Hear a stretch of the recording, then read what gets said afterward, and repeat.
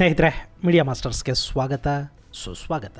ಗೆಳೆಯರೆ, ಬಾಂಗ್ಲಾದೇಶವನ್ನು ಮೋದಿಗೆ ಬಿಡ್ತಾ ಇದ್ದೀನಿ ಅಂತ ಮೊನ್ನೆ ತಾನೇ ಹೇಳಿದ ಅಮೆರಿಕದ ಅಧ್ಯಕ್ಷ ಡೊನಾಲ್ಡ್ ಟ್ರಂಪ್ ಮತ್ತು ಅವರ ಡೋಜ್ ನಾಯಕ ಎಲನ್ ಮಸ್ಕ್ ಈಗ ಬಾಂಗ್ಲಾಗೆ ಇನ್ನೊಂದು ಶಾಕನ್ನು ಕೊಟ್ಟಿದ್ದಾರೆ. ಬಾಂಗ್ಲಾಗೆ ತಲುಪಬೇಕಿದ್ದ ಅಮೆರಿಕದ ಸಹಾಯಧನ ಸುಮಾರು $29 ಮಿಲಿಯನ್ ಬ್ರೇಕ್ ಬಿದ್ದಿದೆ. ಈ ಮೂಲಕ ಆರ್ಥಿಕ ಸಂಕಷ್ಟದಲ್ಲಿರೋ ಬಾಂಗ್ಲಾದೇಶಕ್ಕೆ ದೊಡ್ಡದೊಂದು ಆಘಾತ ಉಂಟಾದ ಹಾಗಾಗ್ತಾ ಇದೆ. ತುಂಬ ಬುದ್ಧಿವಂತಿಕೆ ಮಾಡೋದಕ್ಕೆ ಹೋಗಿ ಎಲನ್ ಮಸ್ಕ್ ಅವರನ್ನು ಭೇಟಿ ಮಾಡಿ ನಿಮ್ಮ ಸ್ಟಾರ್ಲಿಂಕನ್ನು ನಮ್ಮ ಬಾಂಗ್ಲಾದೇಶದಲ್ಲಿ ಮಾಡಿಕೊಳ್ಳಿ ಅಂತ ಹೇಳಿ ಮೈತುಂಬ ಬೆಣ್ಣೆ ಹಚ್ಚಿ ಮಸಾಜ್ ಮಾಡಿ ಬಂದಿದ್ದ ಯುನಸ್ ಪ್ರಯತ್ನಗಳು ಅಲ್ಲಿ ವಿಫಲವಾಗಿವೆ. ಸ್ಟಾರ್ಲಿಂಕೇ ಬೇರೆ, ಡೋಸೆ ಬೇರೆ ಅನ್ನೋ ಸಂದೇಶವನ್ನು ಮಸ್ಕ್ ರವಾನೆ ಮಾಡಿದ್ದಾರೆ. ಬಾಂಗ್ಲಾಗೆ ಶಾಕನ್ನು ಕೊಟ್ಟಿದ್ದಾರೆ. ಹಾಗಾದರೆ ಏನಿದು $29 ಮಿಲಿಯನ್? ಇದನ್ನು ಬಾಂಗ್ಲಾದೇಶಕ್ಕೆ ಯಾಕೆ ಅಮೆರಿಕ ಕೊಡ್ತಾ ಇತ್ತು? ಇದರ ಪರಿಣಾಮ ಏನಾಗುತ್ತೆ? ಬನ್ನಿ ನೋಡೋಣ.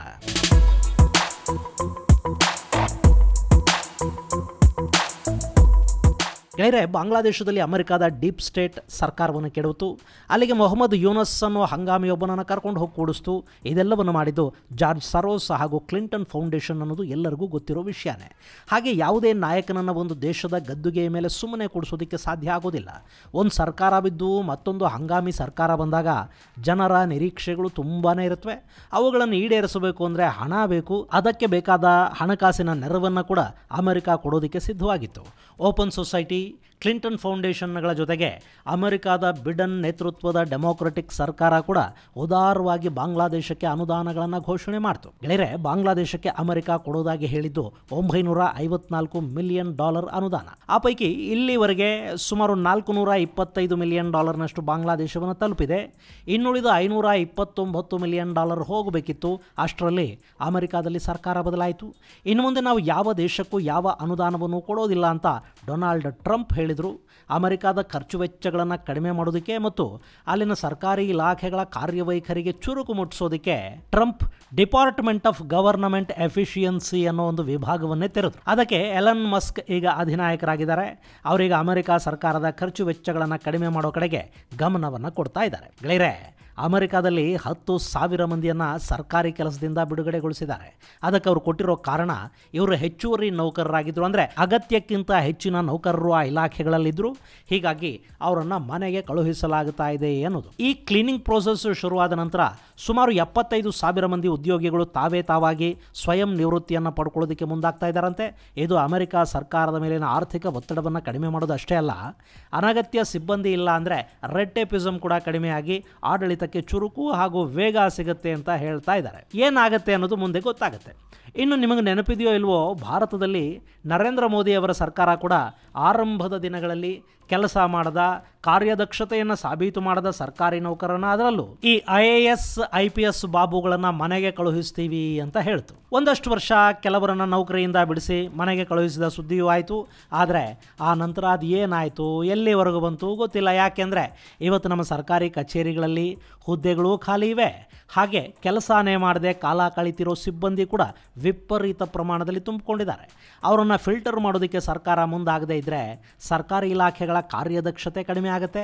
ಅಲ್ಲಿನ ಸೋಂಬೇರಿಗಳನ್ನು ಹುಡುಕಿ ಹೊರ ಹಾಕಿದರೆ ಯಾರಿಗೂ ಉತ್ಸಾಹಿಗಳು, ಕೆಲಸ ಮಾಡೋ ಆಸಕ್ತಿ ಇರೋ ಪ್ರಾಮಾಣಿಕರಿಗೆ ಉದ್ಯೋಗಗಳನ್ನು ಕೊಟ್ಟು ಹಾಗೂ ಆಗುತ್ತೆ. ಅದನ್ನು ಅಮೆರಿಕ ಮಾಡ್ತಾ ಇದೆ. ಭಾರತದಲ್ಲಿ ಇದು ಸಾಧ್ಯವಾಗುತ್ತೆ ಅಂತ ಸದ್ಯಕ್ಕೇನು ಅನ್ನಿಸ್ತಾ ಇಲ್ಲ. ಇರಲಿ.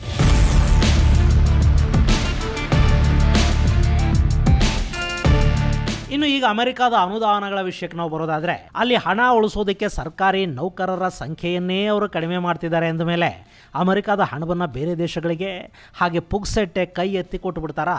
ಗೆಳೆಯರೆ, ಟ್ರಂಪ್ ಆರಿಸಿ ಬಂದ ಕೂಡಲೇ ಈ ಮಾತನ್ನು ಹೇಳಿದರು. ಇನ್ನು ಅಮೆರಿಕದ ತೆರಿಗೆದಾರರ ಹಣವನ್ನು ನಾವು ವಿನಾಕಾರಣ ನಾನಾ ದೇಶಗಳಿಗೆ ಕೊಡುವುದನ್ನು ನಿಲ್ಲಿಸ್ತೀವಿ. ಇನ್ನೇನಿದ್ರೂ ಅಮೆರಿಕ ವ್ಯಾಪಾರ ಮಾಡುತ್ತೆ ಹೊರತು ಅನಗತ್ಯವಾಗಿ ತೆರಿಗೆದಾರರ ಹಣವನ್ನು ವ್ಯರ್ಥ ಮಾಡೋದಿಲ್ಲ ಅಂತ ಟ್ರಂಪ್ ಹೇಳಿದರು. ಅದರ ಭಾಗವಾಗಿ ಡೋಜ್ ಮುಖ್ಯಸ್ಥ ಎಲನ್ ಮಸ್ಕ್ ನಾನಾ ದೇಶಗಳಿಗೆ ಕೊಡ್ತಾ ಇದ್ದ ಅನುದಾನಕ್ಕೆ ಕತ್ತರಿ ಹಾಕಿದ್ದಾರೆ. ಅದರಲ್ಲಿ ಬಾಂಗ್ಲಾದೇಶದ $29 ಮಿಲಿಯನ್ ಕೂಡ ಸೇರಿಕೊಂಡಿದೆ. ಗೆಳೆಯರೆ, ಯಾವ್ಯಾವ ಅನುದಾನಗಳನ್ನು ನಿಲ್ಲಿಸಿದ್ದಾರೆ ಅನ್ನೋ ಬಗ್ಗೆ ಡಿಪಾರ್ಟ್ಮೆಂಟ್ ಆಫ್ ಗವರ್ನಮೆಂಟ್ ಎಫಿಷಿಯನ್ಸಿ ಒಂದು ಟ್ವೀಟ್ ಮಾಡಿ ತಿಳಿಸಿದೆ. ಅದರಲ್ಲಿ ಕೆಲ ಅನುದಾನಗಳನ್ನು ನೀವು ನೋಡಿದರೆ ಅಮೆರಿಕ ಯಾವ್ಯಾವ ಕಾರಣಕ್ಕೆ ಯಾವ್ಯಾವ ದೇಶಗಳಿಗೆ ಹಣ ಕೊಡ್ತಾ ಇದೆ ಅನ್ನೋ ಬಗ್ಗೆ ಅಚ್ಚರಿಯಾಗದೇ ಇರುವುದಿಲ್ಲ.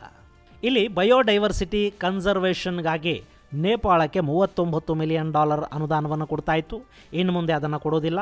ಹಾಗೆ ಲೈಬೀರಿಯಾದಲ್ಲಿ ಮತದಾರರಲ್ಲಿ ವಿಶ್ವಾಸವನ್ನು ಮೂಡಿಸೋದಕ್ಕಾಗಿ $1.5 ಮಿಲಿಯನ್ ಅನುದಾನವನ್ನು ಅಮೆರಿಕ ಕೊಡ್ತಾ ಇತ್ತು. ಇನ್ನು ಮಾಲಿಯಲ್ಲಿ ಸಾಮಾಜಿಕ ಒಗ್ಗಟ್ಟನ್ನು ಉಂಟು ಮಾಡೋದಕ್ಕೆ $14 ಮಿಲಿಯನ್ ವಾರ್ಷಿಕ ಅನುದಾನವನ್ನು ಅಮೆರಿಕ ಕೊಡ್ತಾ ಇತ್ತು. ಸೌತ್ ಆಫ್ರಿಕಾದಲ್ಲಿ ಎಲ್ಲರನ್ನ ಒಳಗೊಳ್ಳುವ ಪ್ರಜಾಪ್ರಭುತ್ವ ನಿರ್ಮಾಣಕ್ಕಾಗಿ $2.5 ಮಿಲಿಯನ್ ಕೊಡಲಾಗ್ತಾ ಇತ್ತು.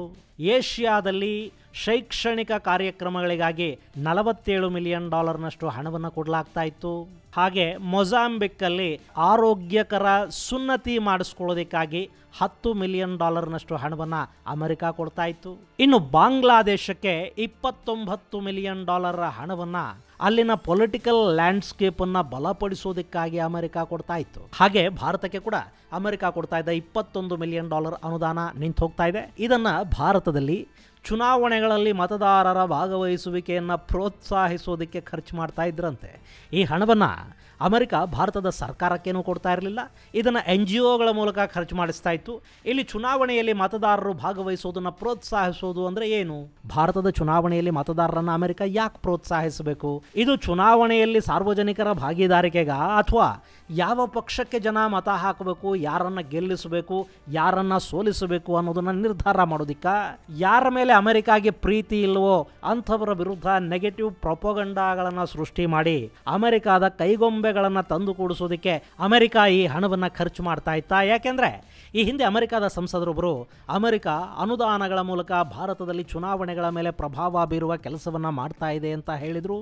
ಹಾಗೆ ಭಾರತದ ಕೇಂದ್ರ ಸರ್ಕಾರವನ್ನು ಅಸ್ಥಿರಗೊಳಿಸೋದಕ್ಕೆ ಅಮೆರಿಕಾದ ಅನುದಾನಗಳು ಕೆಲಸ ಮಾಡ್ತಾ ಇದ್ವು ಅನ್ನೋದನ್ನು ಕೂಡ ಅಮೆರಿಕಾದ ಸಂಸದರೇ ಒಪ್ಕೊಂಡಿದ್ರು. ಹೀಗಾಗಿ ಭಾರತಕ್ಕೆ ಬರ್ತಾ ಇದ್ದ ಈ $21 ಮಿಲಿಯನ್ ನಿಂತು ಹೋದರೆ ಇಲ್ಲಿ ಯಾರು ಅಸಂತೋಷಗೊಳ್ತಾರೋ ಗೊತ್ತಿಲ್ಲ. ಅಂತೂ ಭಾರತಕ್ಕೆ ಚುನಾವಣೆಗಳ ಹೆಸರಲ್ಲಿ ಇನ್ನು ಮುಂದೆ ಅಮೆರಿಕಾದ $21 ಮಿಲಿಯನ್ ಹಣ ಬರೋದಿಲ್ಲ. ಇನ್ನು ಬಾಂಗ್ಲಾದೇಶದಲ್ಲಿ ರಾಜಕೀಯ ಭೂಮಿಕೆಯನ್ನು ಸಿದ್ಧಪಡಿಸೋದಕ್ಕೆ $29 ಮಿಲಿಯನ್ ಹಣವನ್ನು ಅಮೆರಿಕ ಕೊಡ್ತಾ ಇತ್ತು. ಅದು ಯುನಸ್ ಪರ ಅಲ್ಲಿ ಕೆಲಸ ಮಾಡ್ತಾ ಇರೋ ಜನರನ್ನು ತಲುಪ್ತಾ ಇತ್ತು. ಈ ಹಣವನ್ನು ಬಳಸಿ ಬಾಂಗ್ಲಾದೇಶದಲ್ಲಿ ಯುನಸ್ ಹೊಸ ಪಕ್ಷವೊಂದನ್ನು ಸಿದ್ಧಪಡಿಸೋದಕ್ಕೆ ತಯಾರಿಯನ್ನು ಕೂಡ ಮಾಡಿಕೊಂಡಾಗಿತ್ತು. ಈಗ ಅದಕ್ಕೂ ಅಮೆರಿಕ ಕಲ್ಲು ಹಾಕಿದೆ. ಇನ್ನು ಇಲ್ಲಿ ಅಮೆರಿಕ ಬರೀ $29 ಮಿಲಿಯನ್ ಮಾತ್ರ ಅಲ್ಲ, ಬಾಂಗ್ಲಾಗೆ ಹೋಗಬೇಕಿದ್ದ $529 ಮಿಲಿಯನ್ ಅನುದಾನವನ್ನು ಕೂಡ ನಿಲ್ಲಿಸಿದೆ. ಹಾಗೆ ಸ್ವಿಟ್ಜರ್ಲ್ಯಾಂಡ್ ಕೂಡ ತಾನು ಕೊಡ್ತಾ ಇದ್ದ $121 ಮಿಲಿಯನ್ ವಾರ್ಷಿಕ ಅನುದಾನವನ್ನು ಇನ್ನು ಮುಂದೆ ಬಾಂಗ್ಲಾಗೆ ಕೊಡೋದಿಲ್ಲ ಅಂತ ಹೇಳಿದೆ. ಆ ಹಣವನ್ನು ಯುಕ್ರೇನಿಗೋ ಅಥವಾ ಪರಿಸರ ಸಂರಕ್ಷಣೆಗೋ ನಾವು ಕೊಡ್ತೀವಿ, ಆದರೆ ಯಾವುದೇ ಕಾರಣಕ್ಕೂ ಬಾಂಗ್ಲಾಗೆ ಇನ್ನು ಮುಂದೆ ಯಾವ ಅನುದಾನವನ್ನು ಕೊಡೋದಿಲ್ಲ ಅಂತ ಸ್ವಿಟ್ಜರ್ಲ್ಯಾಂಡ್ ಹೇಳಿದೆ. ಅಲ್ಲಿಗೆ ಬಾಂಗ್ಲಾದೇಶಕ್ಕೆ ದೊಡ್ಡ ಹೊಡೆತ ಬಿದ್ದಂತಾಗ್ತಾ ಇದೆ.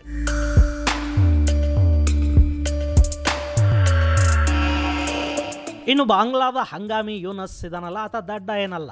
ಈ ಹಿಂದೆ ಹಣಕಾಸಿನ ಅವ್ಯವಹಾರಗಳ ಆರೋಪ ಹೊತ್ತು ಬಾಂಗ್ಲಾದೇಶದಿಂದ ಓಡ್ ಹೋಗಿ ಅಮೆರಿಕಾದಲ್ಲಿ ನೆಲೆ ಕಂಡುಕೊಳ್ಳೋ ಸಂದರ್ಭದಲ್ಲಿ ಅವತ್ತಿನ ಅಮೆರಿಕ ವಿದೇಶಾಂಗ ಕಾರ್ಯದರ್ಶಿ ಹಿಲರಿ ಕ್ಲಿಂಟನ್ಗೆ ದಂಡಿಯಾಗಿ ದೇಣಿಗೆ ಕೊಟ್ಟು ಆಕೆಯ ವಿಶ್ವಾಸವನ್ನು ಗಳಿಸಿದ್ದ ಮನುಷ್ಯ ಈತ. ಕರಪ್ಟ್ ಮಾಡಿದರೆ, ಲಾಭದ ಆಸೆ ತೋರಿಸಿದರೆ ಯಾರನ್ನು ಬೇಕಾದರೂ ಬುಟ್ಟಿಗೆ ಹಾಕೋಬಹುದು ಅನ್ನೋದು ಯೂನಸ್ಗೆ ಗೊತ್ತಿಲ್ಲದ ವಿಷಯನೂ ಅಲ್ಲ. ಅದರಲ್ಲೂ ಎಲನ್ ಮಸ್ಕ್ನಂಥ ವ್ಯಾಪಾರಿಗೆ ಏನು ಬೇಕೋ ಅದನ್ನು ಕೊಟ್ಟರೆ ಆತ ತನ್ನ ಬಗ್ಗೆ ಮೃದು ಧೋರಣೆಯನ್ನು ತೋರಿಸುವ ಸಾಧ್ಯತೆ ಇರುತ್ತೆ ಮತ್ತು ಮಸ್ಕ್ ಮೂಲಕವೇ ಟ್ರಂಪ್ಗೂ ಹತ್ತಿರ ಆಗಬಹುದು ಅನ್ನೋ ಸ್ಕೆಚ್ ಒಂದನ್ನು ಬಾಂಗ್ಲಾದ ಈ ಸ್ಮಾಲ್ ಫೈನಾನ್ಸ್ ಗಿರಾಕಿ ಹಾಕ್ಕೊಂಡಿತ್ತು. ಹೀಗಾಗಿ ಎಲನ್ ಮಸ್ಕ್ ಅವರನ್ನು ಭೇಟಿ ಮಾಡಿ ಅವರ ಸ್ಟಾರ್ ಲಿಂಕನ್ನು ಬಾಂಗ್ಲಾದೇಶದಲ್ಲಿ ಮಾಡೋದಕ್ಕೆ ಬೇಕಾದ ಎಲ್ಲ ವ್ಯವಸ್ಥೆಗಳನ್ನು ಮಾಡಿಕೊಡ್ತೀವಿ, ನೀವು ಬಂದು ನಿಮ್ಮ ಸ್ಟಾರ್ ಲಿಂಕನ್ನು ನಮ್ಮ ದೇಶದಲ್ಲಿ ಮಾಡಿಬಿಡಿ ಅಂತ ಹೇಳ್ತು ಯೂನಸ್ಸು.